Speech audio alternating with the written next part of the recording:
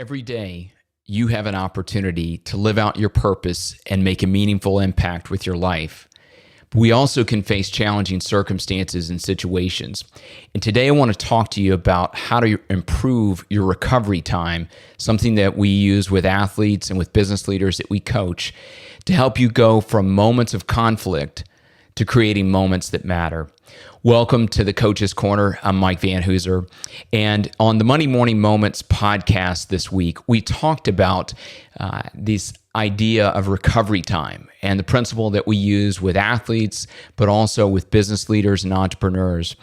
And the idea is that recovery time is how long does it take you to get from a moment you didn't expect to have something happen into the next moment. And we work on improving that with certain principles and thought patterns and techniques to help athletes improve their recovery time so that they can be present in the current moment and they're not distracted or defeated by previous moments or worrying about future moments that happen. So I want to give you 7 quick tips on how to improve your recovery time in whatever you're doing, whether it be sports, business, or life. So we'll get right into the content. And the first one is about your thoughts. We talked about this acronym of CAR, choice, attitude, and response, and how the choices we make about what we think about in a split-second moment, the attitude that we have, and the response that we have in that split-second moment can impact bigger periods of time. And this thought about you can choose what you focus on and choosing wisely around that is so important because you choose what thoughts enter your mind. And sometimes these other thoughts will enter your mind. You might say, well, sometimes I don't have a choice. These negative thoughts keep entering my mind. But you have a choice about that. And we need to choose our thoughts wisely. We need to choose thoughts that are going to help us succeed in a moment or be impactful in a moment or to be present in a moment versus choosing thoughts that don't help us. And often we allow those thoughts to linger that don't help us. And we're not actively participating and choosing the thoughts that enter our mind. So the first point is choose your thoughts wisely. The second tip is related to that, and it's doing a word and vocabulary and thought assessment. And a lot of times we'll do a word play with our athletes to talk about a negative word and we flash it up there and then give them 3 seconds to choose a positive word around that. And we encourage them to make a journal and to do an assessment about the vocabulary they use and the thoughts that they're allowing into their mind. An example of this might be, an athlete says, well, tomorrow I'm just going to worry about that. And that doesn't have to be just an athlete. You could be saying that, tomorrow I'm going to worry about that, or I'm going to worry about that tomorrow. But worry is a negative word. And we can choose to do an assessment on that and say, well, tomorrow I'm going to focus on that. And it automatically we're getting into a mindset that's a better word. And so think about the words you use, do an assessment of the words that you're using on a daily basis in what you speak and what's entering your subconscious mind, and evaluate those. And then maybe you want to go through a journal exercise to do an assessment and to replace those words with the right words or the opposite word that would be a positive word that can help you in whatever you're doing. The third tip is to focus on what you can control. We have this saying, and we've written about it, we've talked about it on this podcast, of focus on what you can control, influence what you can, and flush the rest.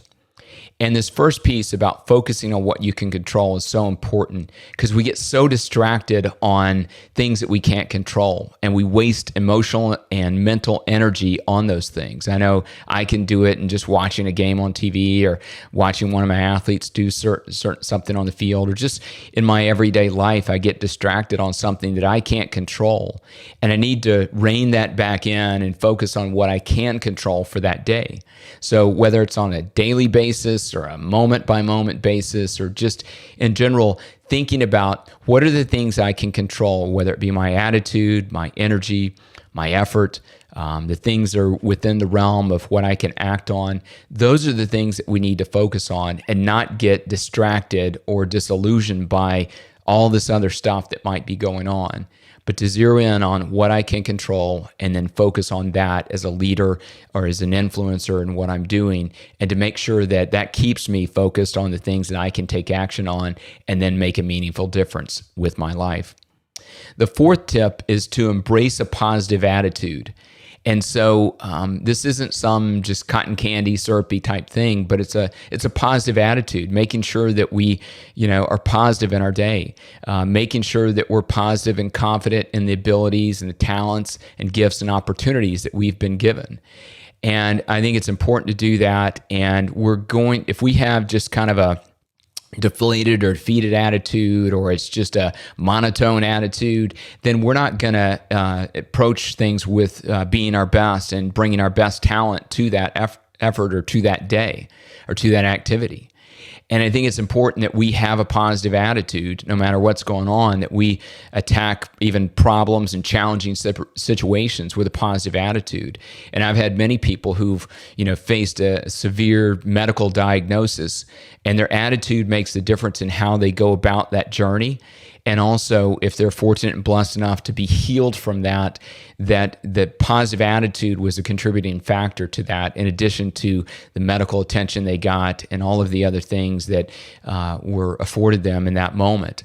And regardless of the outcome of the situation and what we're facing, I think it's important that we maintain that positive attitude in the journey, because that also can be a testimony and a blessing to other people, especially in adverse situations that we face. So embracing a positive attitude affects that. And it's not just in bad situations. It's, just in everyday life as a leader. As you walk into the office or you're on Zoom meetings, we're not kind of walking into offices much anymore, but we're in kind of this hybrid situation. But whether it's an online situation or an in-person situation, what is your attitude that you bring every day? And is it uplifting the people around you? And that's the key question to ask as a leader and influencer, that you're influencing people with your attitude and with your smile and what you say.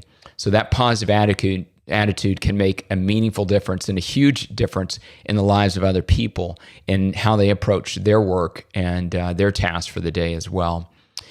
A fifth opportunity or tip is to talk to yourself as you would a best friend.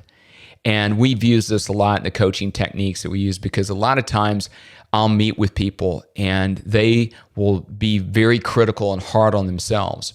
And I asked the question, I said, well, if you had a best friend or a teammate who was going through the same situation of doubt or being defeated, how would you talk to them? And they talk about encouraging them, they'd uplift them, they'd point to things that they've done in the past and ways that they can bring that into the present moment. And I said, well, you need to talk to yourself that way as well. And so think about that self-talk that you have in your mind and bring that same talk that you would give to a friend to encourage them, talk the same way to yourself. And make sure that you're encouraging yourself as you would a best friend. And think about past things and past moments where you've been able to succeed, or where you've had somebody come through for you, or God has blessed you in a previous moment. Think about those things and encourage yourself with the gifts, talents, and opportunities that are there.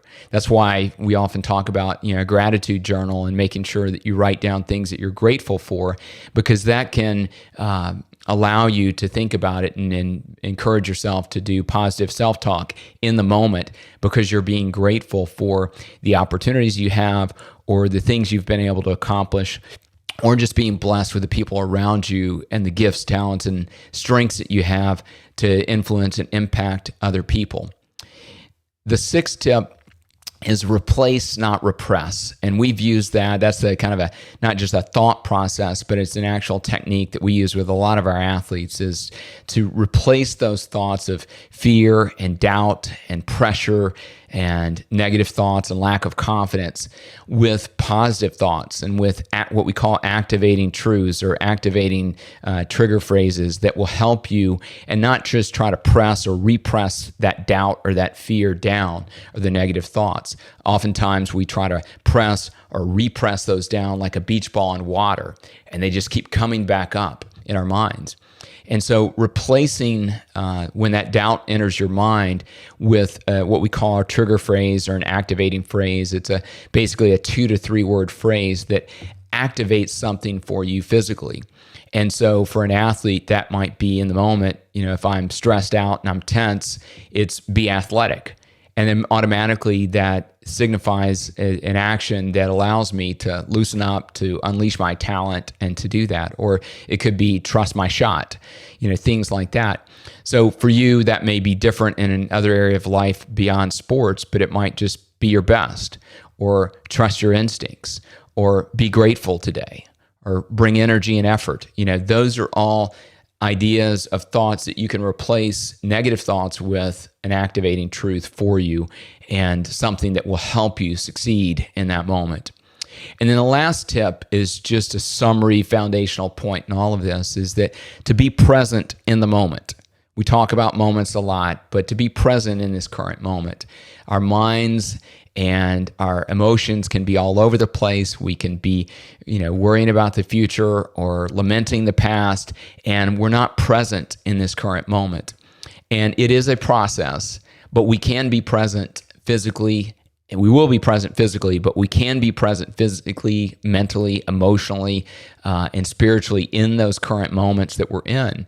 And that's the only moment that we can bring our best to, that we can impact other people, and that we can make a meaningful difference with our lives and truly create moments that matter. So being present in the moment, just recognizing that and then working on that. And again, it's a process, but as you're aware of that, you'll be able to be more present in moments and realize that you're not going to be in the past or in the future physically, and you can't do anything about those moments. And the only thing that you can do in this moment is be present and take action and create moments that matter. So I hope these 7 tips help you to improve your recovery time and to make a meaningful difference with your lives. As always, make the most of your moments and make it a great day.